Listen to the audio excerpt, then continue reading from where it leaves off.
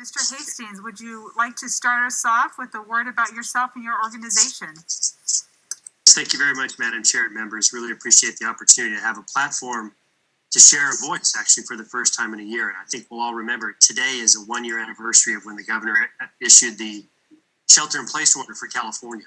And that's momentous because we're still seeing our way through the pandemic, and the effect it's had across our economy is obviously palpable, and we're trying to get through it. So I appreciate the commentary from Mr. Euler and Mr. Rainey before, because that sets the stage for where we're at the moment.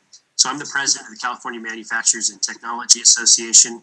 We're a 103-year-old trade organization, primarily focused on legislative and regulatory advocacy on behalf of the manufacturing sector.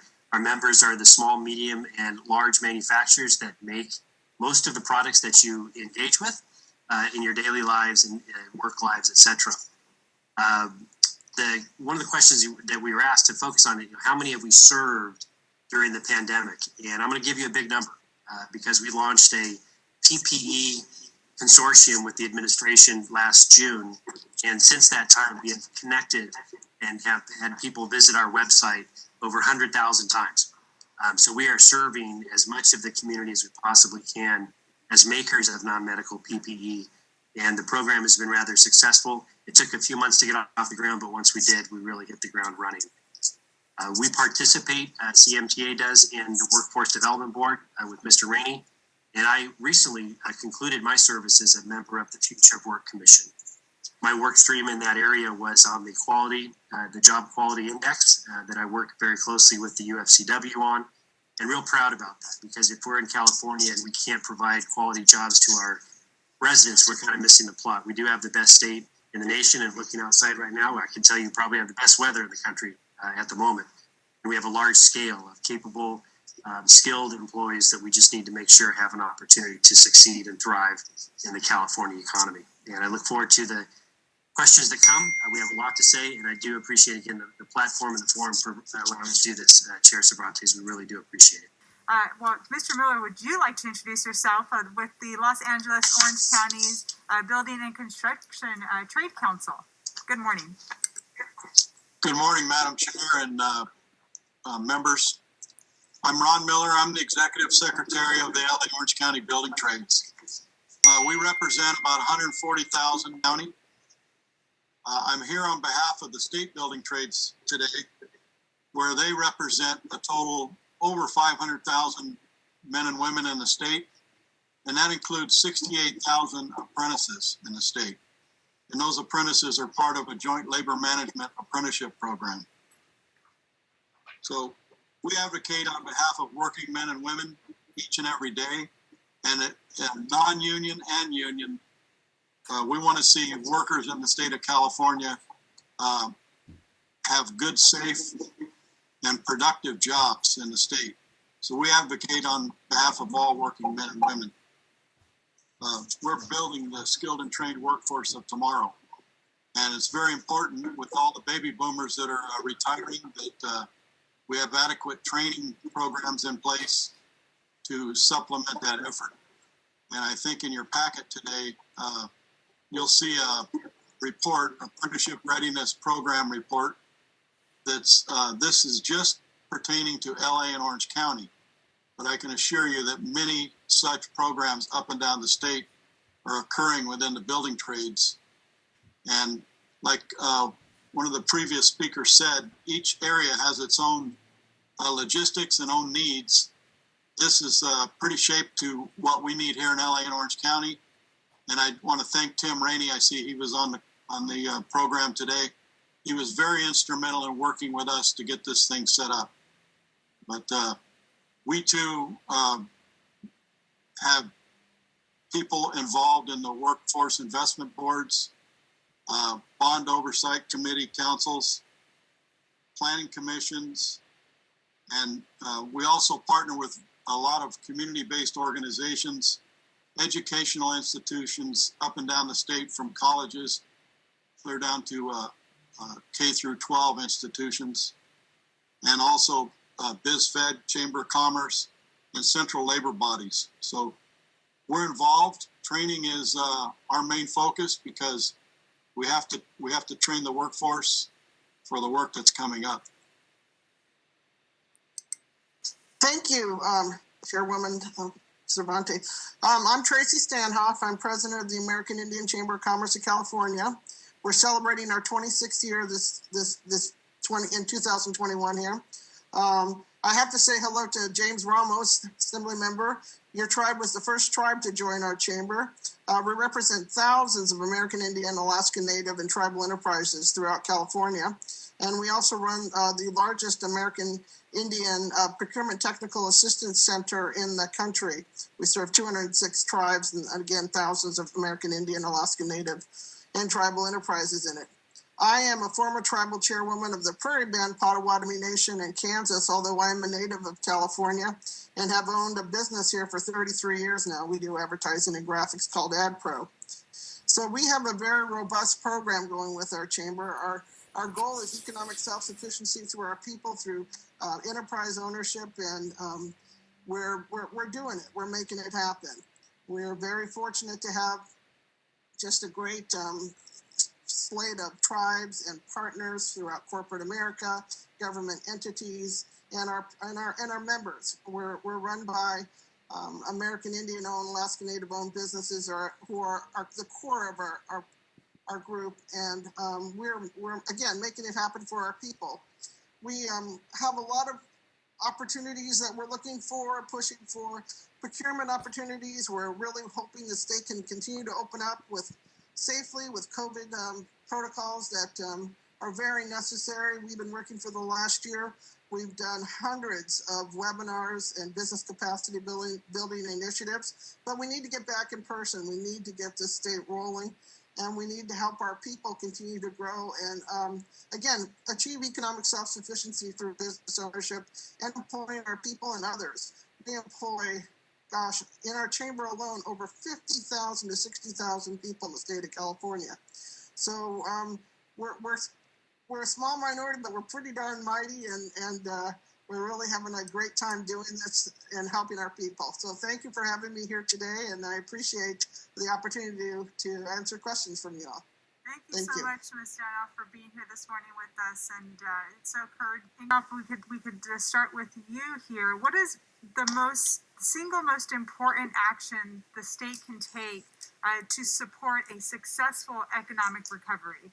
And if you can also, while we're at it, share what your organization's economic recovery priorities are for this year.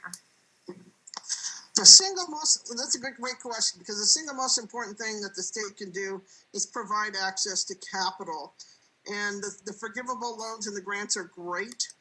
We haven't seen a lot of them being awarded to our people, though, unfortunately, at times. The latest round of the PPP loan, I know it's a federal program with the 25% criteria, has really limited us to accessing capital.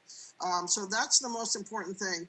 Because of the fact that the state has been closed, there's revenue there that we will never, ever make up. So people talk about loans and other things. Well, you have to have business to get loans. So opportunity, rubbing elbows, continue to build the relationships that need to be built to build opportunities and obtain contracts and awards for people is so important to us right now.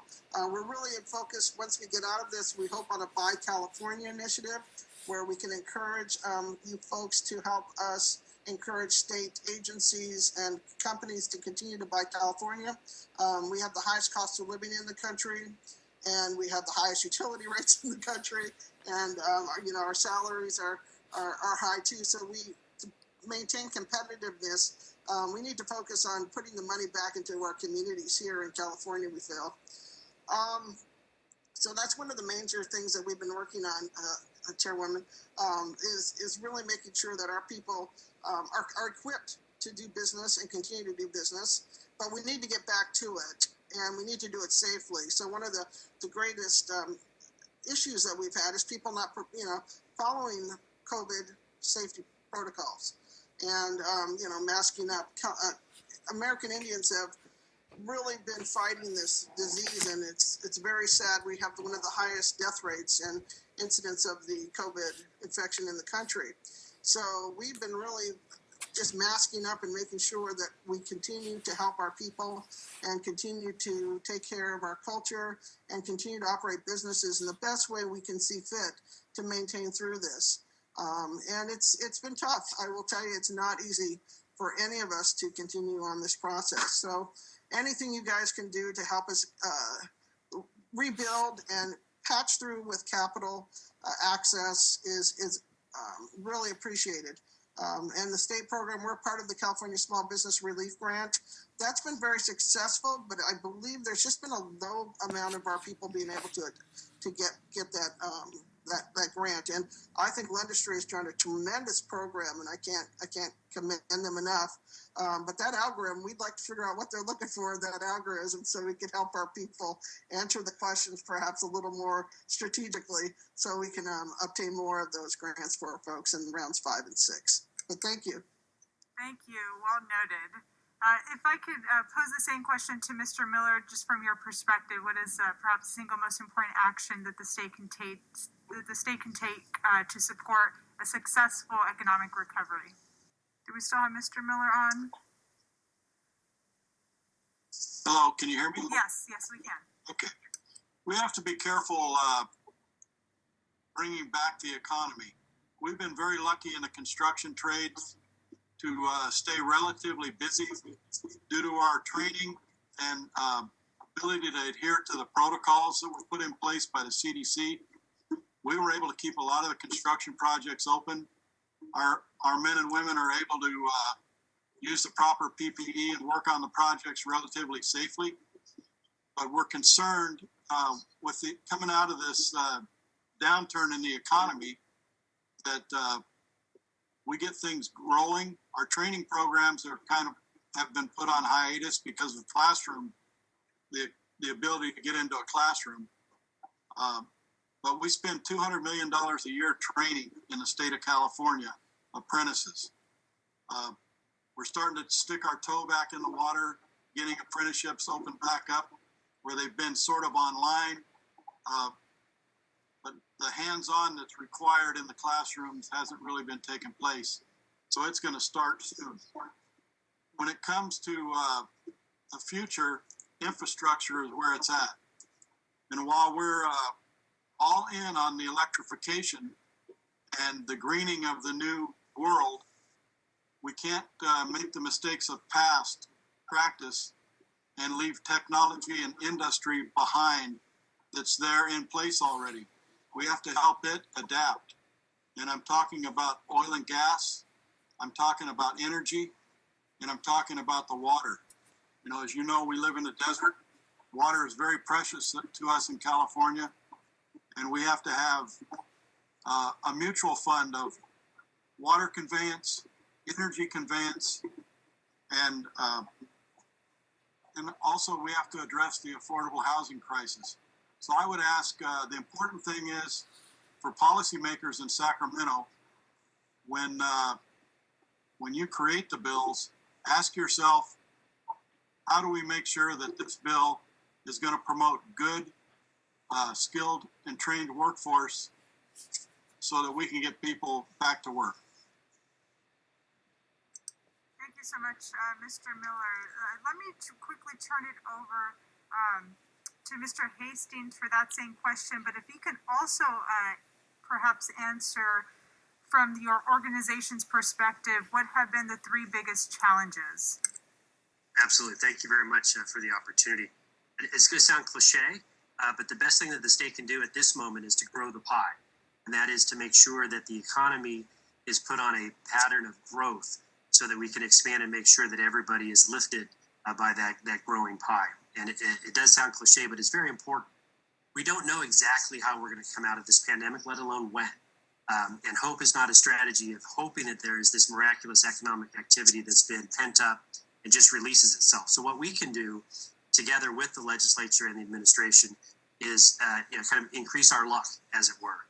And I'm glad that the previous 2 speakers mentioned infrastructure and capital, because CMTA's top legislative priority this session is Assembly Bill 904, which would provide an investment credit for manufacturing capital, and it would vary among the size of manufacturing. So it would actually reward the smaller manufacturer with a slightly larger incentive than the larger manufacturer.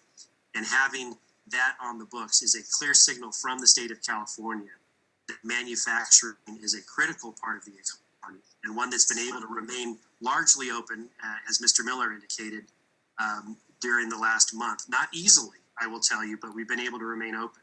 A lot of our members fall within the critical manufacturing designation, and they've been able to keep their operations going. But it is only with additional PPE at the work site, additional separation of employees, and additional changes in our policies and practices that have made that happen. But we pivoted, and we've been successful. Along the way, though, training seems to be a theme that is coming through from all of the speakers. Currently, the employment training panel exists. It's ready-made. It's been there for a long while. And over the last several years, it has been declining in its resources being made available. If there was a way that we could prop that up to ensure that funds are available, in fact, more funds are available each year, would be fantastic, because the more skilled labor that we have in the state is going to benefit our economy, both in the near term, but certainly in the long term. Okay, the challenge is an unknown future, but we'll turn that into an opportunity if we do our jobs correctly by engaging with the legislature. But I think I wanted to get this point in at least at some point this morning. The biggest challenge I think right now is more dynamic and political, and that is the binary nature of the political discourse in the country. And it is either a right or wrong, yes or no, sadly left or right. We need to find a way to have a discourse where we can bring issues to the table, discuss them, and find the best pathway for success. And I'll pledge, our engagement in that discussion to hopefully be part of the solution, not part of the problem. But it's just that the social discourse has become so two-sided that I think we're missing some opportunities as a result. Turn it over to Mr. Ramos. Thank you, Madam Chair. I just have a couple questions. One for Ron with the building trades. When you're talking about the apprentices that are going on in the state of California, have we seen sectors that have called on a stronger demand during this time, and do you see that demand carrying forward into the coming year? So yes, we're anxious to get future projects started, but we see in the private sector maybe a small slowdown. Public works is going to still go because it's related to bonds. So it's very important that we continue our effort training. The employment training panel is very important to the building trades also, because our employers are made up of everything from a two-person shop to 400, 500 employees, and training is and that helps the employers. That training panel, and it hasn't been funded in the past few years correctly. It's going to be more important coming out of this downturn more than ever. Madam Chair, just a follow-up. And so to that, do we see the apprentice programs, union, non-union approach, highly into the K through 12 area so we could promote the future workers within the state of California? So in our area, we're heavily involved in with LAUSD with our training programs, the community colleges with our training programs, the formerly incarcerated programs. We partner with the Anti-Recidivism Coalition, the Flint Ridge Center. These all deal with formerly incarcerated folks. And then we can't forget about our veterans and military personnel coming out of the service. We want to find those folks good careers in the construction trades. And I think the future is bright. Everybody needs to sing the infrastructure song and work together across the lines. And we have the right people in Washington now. So infrastructure is very important. Electric cars and the green climate are great, but we have to have roads to put those cars on. And our roads are in dismal shape. So there's a tremendous amount of work for infrastructure that's going to lead to a lot of job creation in the future. Thank you for that. And just a question for Tracy, President of the American Indian Chamber of Commerce. We've the legislature, and working with the administration, has approved business relief grants. Is the grant and how to apply for those grants translating over into the Indian-owned businesses here in the state of California? Yes, Assembly Member, it's coming in very well for us. We're part of the team that's helping have people apply for the grants. Again, our only concern was, what are they looking for on that application? How do we be more strategic in making sure that our people are being found?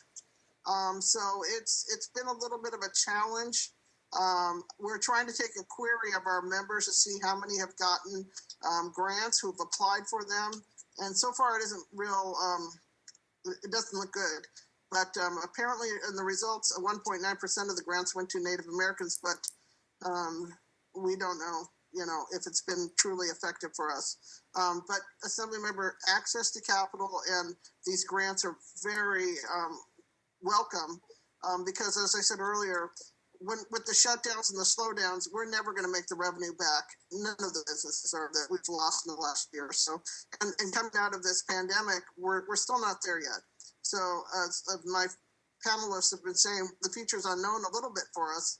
But we're resilient people, and we'll keep plugging along. So, thank you for the question. Well, thank you, and through the chair, if there's a way that we could highlight, and through the committee, as far as what's addressed in those grants and how we could get some outreach out there as far as filling out those grants and making sure that we have promise of getting some of those grants back into the Indian Chamber of Commerce, whether it's a seminar, whether it's some type of educational component to it. We deeply appreciate it. Thank you, Madam Chair. Well noted, Mr. Ramos. Let me go ahead and turn it over to Mr. Smith. Thank you very much. Great presentation this morning. As a retired business owner and a past contractor, I really appreciate the apprenticeship program. But what we need to do in California is, besides the housing and infrastructure, but I'd like to ask Mr. Hastings and Mr. Miller, how has CEQA affected your organizations, especially in construction projects? I know it takes forever to build another lane on the highway or rebuild the lane on the highway. And then I do have a follow-up for Mrs. Standhoff when we're done. So maybe Mr. Hastings can go first. Yeah, thank you. And I'm going to address the CEQA issue, but also raise another one that's unique to the COVID crisis. So the CEQA process here in California has been used to delay projects oftentimes without actually getting that environmental benefit that was intended when the law was passed.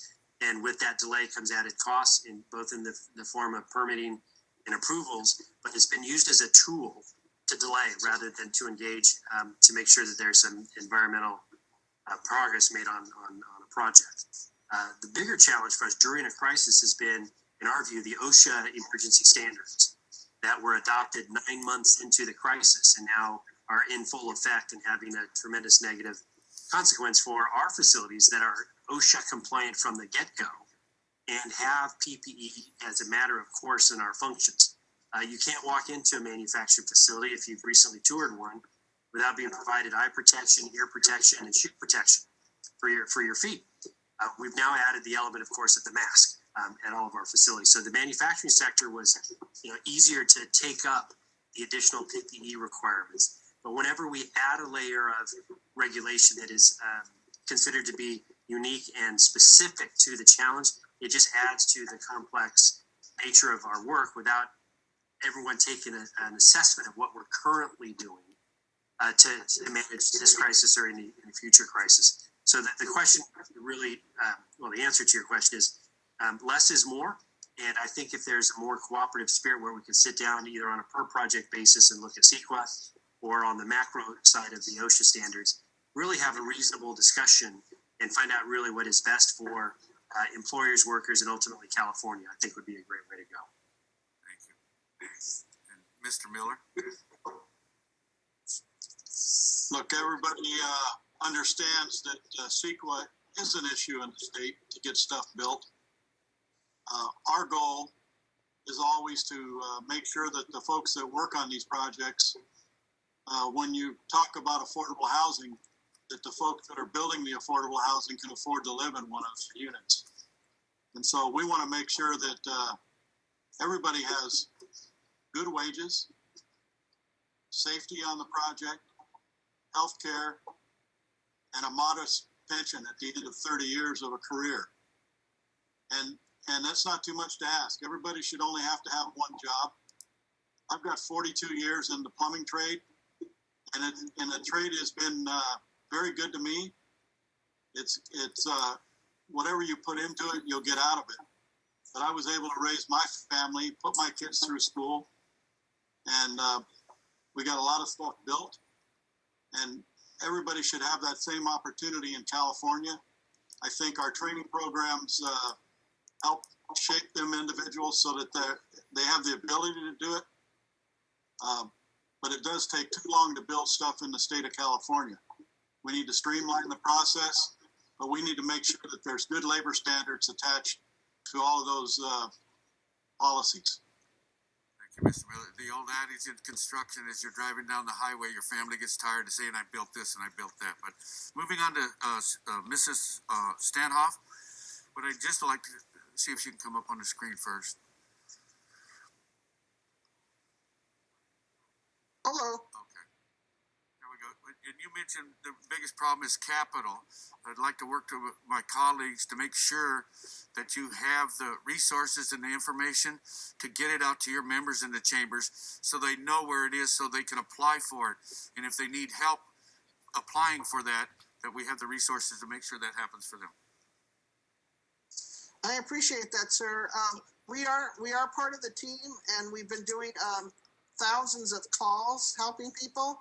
I think the concern that we have is what is the criteria actually for getting this award? I think the first line they had $475 or $450 million worth of grants go out, which if you look at it just an average of what the grant would be, 40 to 50,000 businesses out of 4 million of our California small businesses would get some type of grant. So I appreciate your concern for us, and we just need to know what's the secret sauce basically for getting these grants, and how do we position our businesses for really getting that algorithm that's selecting these businesses randomly, supposedly to get their attention. So thank you for your concern, and it's a challenge. So I will say that. Okay. We will work hard for you. Thank you. Because as we all say, we're talking low income, diversity, people of color. You are in all of those categories, so you should be rising to the top of the level. Thank you very much. Ms. County Feature Nurse. Thank you. And thank you all for being here and sharing your perspective. This has been a really, really good hearing. Thank you, Chair. So I want to come back to the conversation around workforce development and retraining. I know that both CMTA and the building trades are really key partners of California's workforce development efforts. Both of you mentioned in some of your remarks a need for us to invest more in employment training panels. Are there other things that you would like to see us doing to accelerate workforce development efforts across the state, particularly at this incredibly critical juncture? Absolutely. Do you want me to go first, Mr. Miller? Go ahead. I would actually. We had Secretary Julie Sue down at the Intech Center, which is a public-private partnership with California Steel and Chaffey College. And as a model, having that type of program and facility offered around the state would be very helpful. Now, it's not necessarily replicable that the needs for training in the Southland may be different than the needs in Northern California, but to identify what those needs are and develop a public-private partnership would be a great way to go, because it resides, not fully within government, but not fully without. And it's a partnership, and one that has proven success. And our member, California Steel Industries, was a big benefactor of that because they donated land adjacent to their facility. So if we could find other places to replicate that model, to sit alongside ETP and other training programs, particularly at the local level, that would be a huge step forward. And CMTA is committed to making those programs happen as best we can, because the needs are local. You know, the old cliche, all politics is local. Well, all training is local too, and the needs will be different around the state. But once we identify what those are in the various regions, I think we're off to the races, and we really have an opportunity to train as many Californians as possible for some great jobs. And Mr. Miller. Yeah, I know everybody's going to get tired of hearing about it, but infrastructure is the key. And the Green New Deal in the state, we're all about that. We're the folks in the building trades that are building the solar facilities out in the deserts, the windmills up on the mountains. But we're also the thousands of members that work in the oil and gas industry. And despite what folks say, the oil and gas industry is not going anywhere for quite a few years. We're all working hard to develop that alternative energy so that one day that happens. But we can't leave behind industries like we have in the past. My dad worked for General Motors for 30 years, and now I work with politicians in the city of Southgate that don't even know a General Motors car plant ever existed. We've had so much manufacturing leave because the industry is not here like it used to be. We have to work hard at retaining the industry, helping them change their business model, if so be it, so that they're cleaner and adhere to environmental standards. But we have to do it in a cost-effective way to where we don't run them out of the state. Because all of those industries that left, that are not here anymore, they didn't go out of business. They left and went to another state. So we have to, I just ask you to keep that in mind when you're putting legislation together, and just ask yourself, what is it going to do to the local economy and to the local workforce? We want to train each and every person that wants to go to work in construction, but we have to have construction jobs to put them on at the end of the day. We have to have that pathway to a career. Absolutely, and thanks for that. And I think what I hear you saying, and I certainly agree, is as we are working to achieve California's climate goals, there's a ton of opportunity for us to create great jobs in clean energy, in green infrastructure, but that's not going to happen overnight. And so we've got to manage that transition, and we've got to make sure that we are creating that pipeline of good jobs as these new industries are emerging. So I think it's an exciting opportunity.